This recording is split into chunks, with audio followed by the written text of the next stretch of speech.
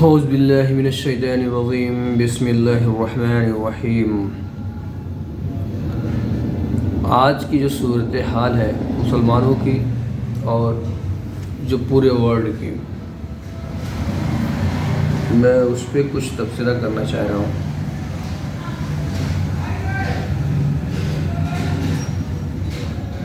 आज के टाइम में जितने भी मुस्लिम कंट्री हैं वो ये समझती हैं कि मतलब उसके साथ हो रहा है तो मुझे उससे क्या है। और ये नियर अबाउट जो है जितने भी कंट्री हैं, मुस्लिम कंट्री हैं, ये सबकी सिचुएशन लगभग सेम है, कोई अलग नहीं है। हर कोई यही सोच रहा है मैं बच जाऊं, मैं बचा हुआ हूं, दूसरे से मुझे क्या लेना देना है। बहुत दिनों की पहले की बात है, मतलब जब आप हिस्ट्री उठाएंगे तो ब्रिटिशर जो थे हिंदुस्तान के ऊपर, जब उन्होंने एक हिंदुस्तान को कॉलोनी बनाने के लिए सोचा तो वो सबसे पहले बंगाल में आए, बिजनेस के बहाने आए। उन्होंने अपनी कंपनियां यहाँ सेटअप की, अपने लोगों को सेटअप किया।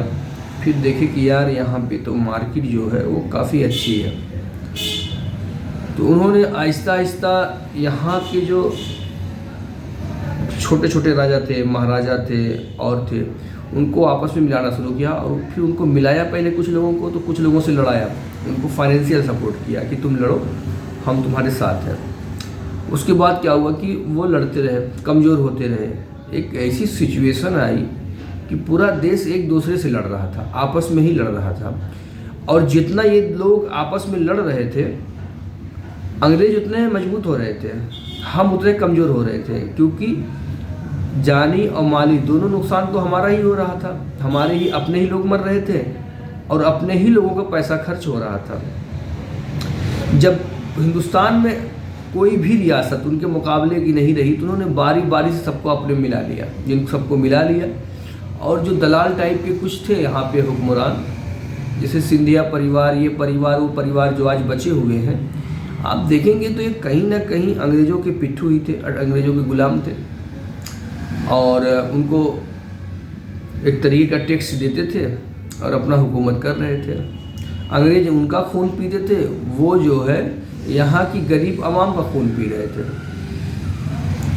ना आवाम ही समझ रही थी इस बात को और ना वो बादशाह सह रहे थे।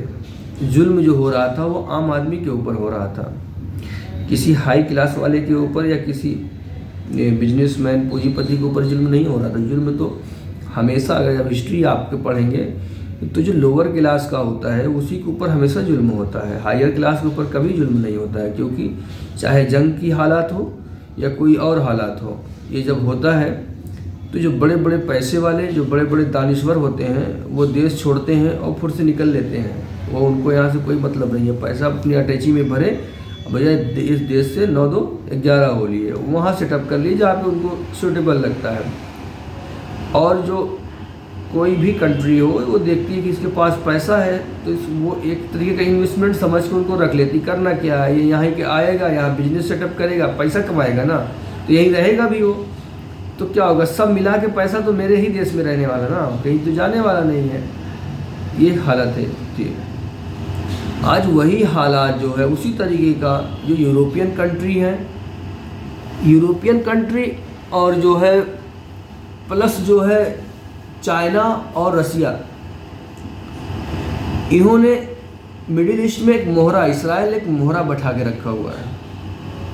क्योंकि वो एक तरीके से ना हंटर लेके बैठा हुआ है, वो उसको मारेगा, एक को मारेगा, दूसरा चिल्लाएगा, तीसरा चिल्लाएगा। तो ये लोग क्या करेंगे, भाई ले मेरे पास मलहम है, मेरे पास पट्टी है, तू ले इसका ये कर, है मैं तुझे ये दे रहा हूँ, मैं दे रहा हूँ। अब देख लीजिए आप कि अगर जंग ना हो तो जो हथियार की मंडी है वो एकदम सुस्त हो जाती है, मतलब उसमें कोई इन्वेस्टमेंट नहीं होता है।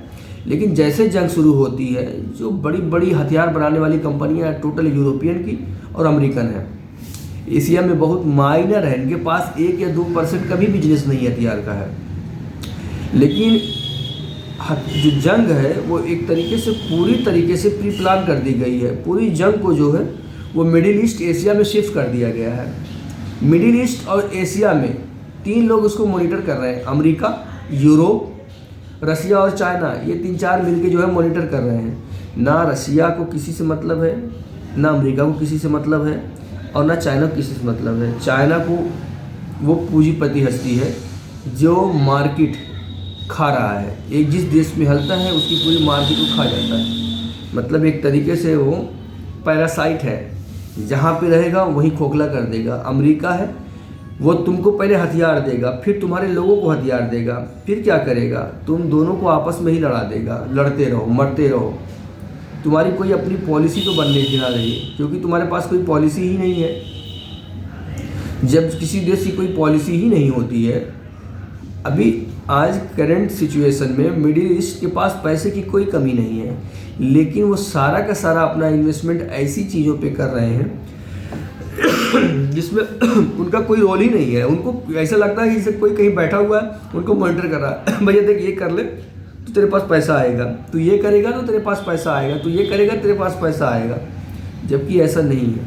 उस पैसे को बचाने के लिए भी आपके पास संसाधन होने चाहिए। वो अपने यहाँ टूरिज्म को प्रमोट तक कब किए हैं, जब उनके पास एक तरीके का एक बहुत बड़े लेवल का डिफेंस उनके पास मौजूद हो गया है, उनके पास हथियार, उनके पास ये वो जितने हैं। उसके बाद आप देख लो उनके छोटे से छोटे देश, ऐसे ऐसे देशों पे उनका इंटरफेयर है, इसकी कोई हैसियत नहीं है, लेकिन वो वहाँ भी अपना प्रभुत्व बना रहे हैं। अमेरिका को या यूरोप वालों को या किसी देश को इतने सारे तरीके से, ये जो मिडिल ईस्ट वाले हैं, मिडिल ईस्ट की जितनी कंट्रियाँ हैं वो इनको ऑलरेडी अपना हथियार अड्डा और सब दिए पड़े हैं। क्यों दिए पड़े हो? आपको लगता है कि वो आपको उनको अड्डा दिए हुए हो तो वो आपकी हिफाजत करेगा? ऐसा नहीं है। वो आपको अंदर अंदर से और खोखला करेगा। आपकी कोई हैसियत नहीं हो। जब चाहेंगे सब टोटल मिला के 10,000 मिसाइल मार दिए आपके ऊपर तो आपकी कहानी ख़त्म हो जाएगी। तो ये सिचुएशन है, ये कंडीशन है। तो आप जब तक जो है बटे हुए होंगे, आपकी कोई सुनने वाला नहीं है। ठीक है, सबसे पहले तो ये है कि आप यूनाइट हो, किसी एक चीज़ के ऊपर फोकस करें, अपने यहाँ से क्राइम, गरीबी और बाकी चीज़ें को है ख़त्म करें। अगर ये सब चीज़ें आप कर ले जाते हैं तो कहीं कहीं जो है लोग जो है आपकी तरफ से मोटिवेट होंगे। और सबसे पहली चीज़ ये है कि आपको अमेरिका, चाइना और रशिया, ये 3 की चंगुल से निकलना होगा। ये कोई भी आपके लिए नहीं लड़ने आने वाले हैं। वो आप इनसे आप हथियार मत करिए, आप खरीदिए। अभी देखिए वो आपको आपके लिए कुछ बोलेंगे भी नहीं। तो उनका मेन धंधा पैसा है। उनको न किसी की जान से मतलब है, न किसी की इज्जत से मतलब है, न किसी से मतलब है, न उनकी तुम्हारी किसी सोसाइटी से मतलब है। तो आपको यूनाइट होना पड़ेगा। आपको एक इस लेवल पे जाके आपको मैच्योर होना होगा कि आप दोस्त और दुश्मन को समझ सको। आप खास करके मिडिल ईस्ट वालों के लिए, जो मिडिल ईस्ट है, पूरी दुनिया की नज़र आपकी ऑयल और आपकी जो खनिज संपदा है उस पर टिकी हुई है।